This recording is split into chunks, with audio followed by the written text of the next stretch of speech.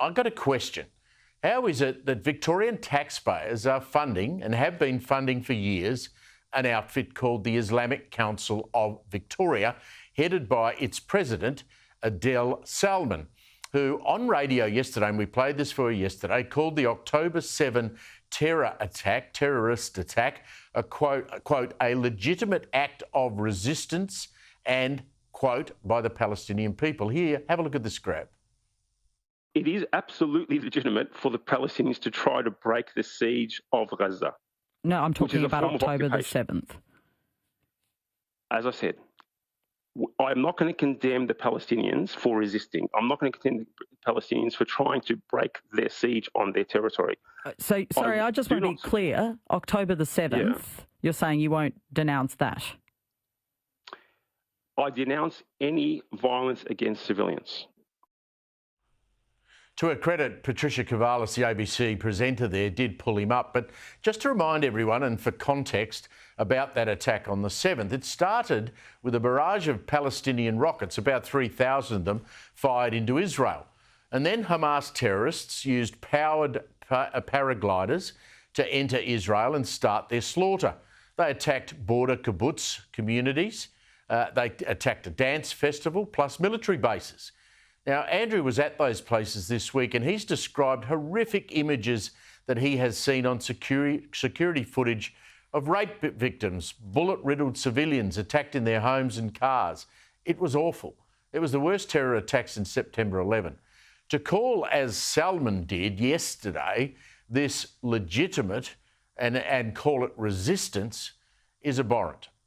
Not surprisingly, this has led to calls from the Jewish community around the country, and Jewish leaders in particular in Melbourne, for taxpayer funding of this outfit to be frozen or cut permanently.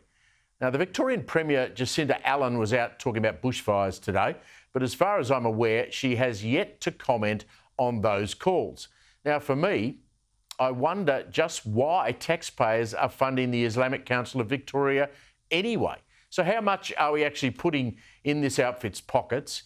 And given Salman's view of the world, what is it that that money is being used for? What's it being spent on? Well, the Herald Sun reports today that a 2018 state government investigation found that the council itself had received, wait for it, $2.4 million in government funding between 2010 and 2018. $2.4 million to the Islamic Council. Now, recently it was revealed the latest grants to Islamic groups in Victoria was $3 million in a year between 4 Islamic groups. That's in 1 year, not 8 years. And what was the reason that we handed over this money? What did we hand it out for? Well, we handed it out for, quote, critical outreach work, whatever that might mean. Now, back in 2018, the Herald Sun got close to what some of the money was actually being spent on. It was being used for taxpayer-funded safe spaces where Muslim youth could go and vent extreme speech. I kid you not. A space where they could go and shout about extreme speech. Now, seriously, we're paying Muslim teenagers to have somewhere to vent extremism? OK, so back then, in the spirit of healing relationships with the Islamic communities in Victoria, you could maybe at a stretch justify the money, but using it that way? Really? Now things have changed. The terrorists, Hamas, saw to that. To have the leader of one of these outfits trying to justify the slaughter of innocent civilians on October 7 as legitimate put pay to any further contributions to this outfit. Premier Allan must come out and make it crystal clear to Mr Salman that until he apologises to the local Jewish community and denounces the October 7 attacks, not 1 cent will be transferred to his organisation. But don't hold your breath. This is Victoria after all. The Vice President of the Islamic Council of Victoria is a bloke called Mohammed Mohideen.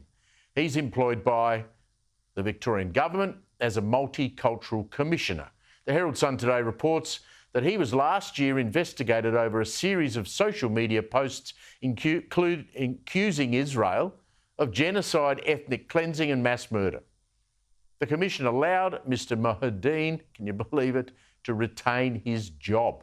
The ball is now firmly in Premier Allan's court, and it's a big test for the socialist left-leaning newbie Premier as we approach the 2024 Ramadan that begins on Sunday week, an annual observance, of course, in the Islamic community that is celebrated with an iftar dinner, a dinner hosted by the Premier that has now been cancelled because a large number of the guests refused to attend.